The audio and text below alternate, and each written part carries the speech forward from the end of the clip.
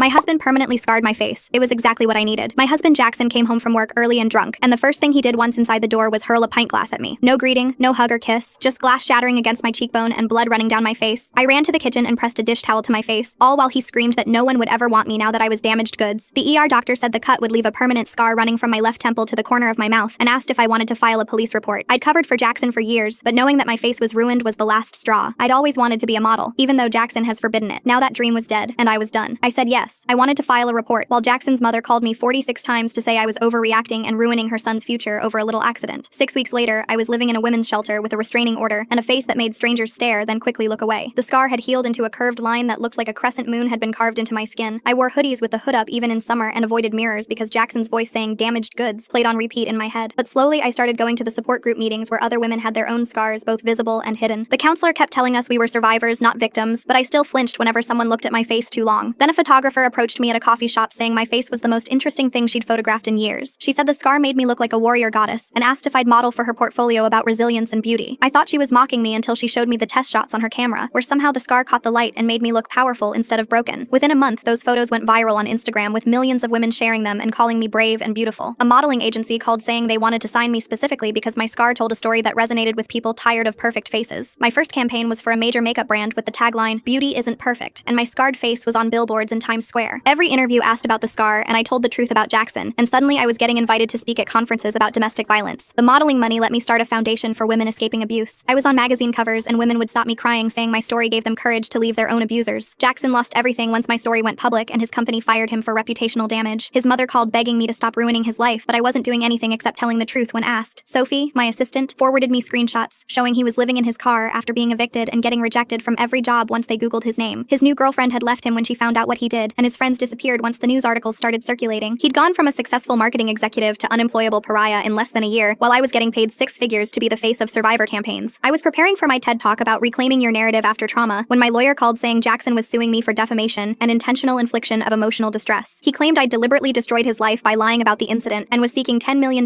in damages plus a gag order preventing me from ever mentioning him again. He says he has proof that you injured yourself to frame him, my lawyer said, reading from the filing. He's also claiming the scar was self-inflicted for attention and that you've built your entire career on destroying an innocent man. I felt my hands start shaking as she continued reading his allegations that I'd planned everything to become famous. The worst part is he's representing himself, but he's got a team of men's rights activists funding his case, and they're already spinning this online as a false accusation that ruined a good man's life. She paused before delivering the final blow that made my blood turn to ice. He's demanding a jury trial and says he has witnesses who will testify that you were unstable and violent throughout your marriage. I stared at my scar in the mirror, knowing every word he said was a lie, but also knowing that Jackson had always been able to make people believe whatever version of reality he created. Full story on the channel below.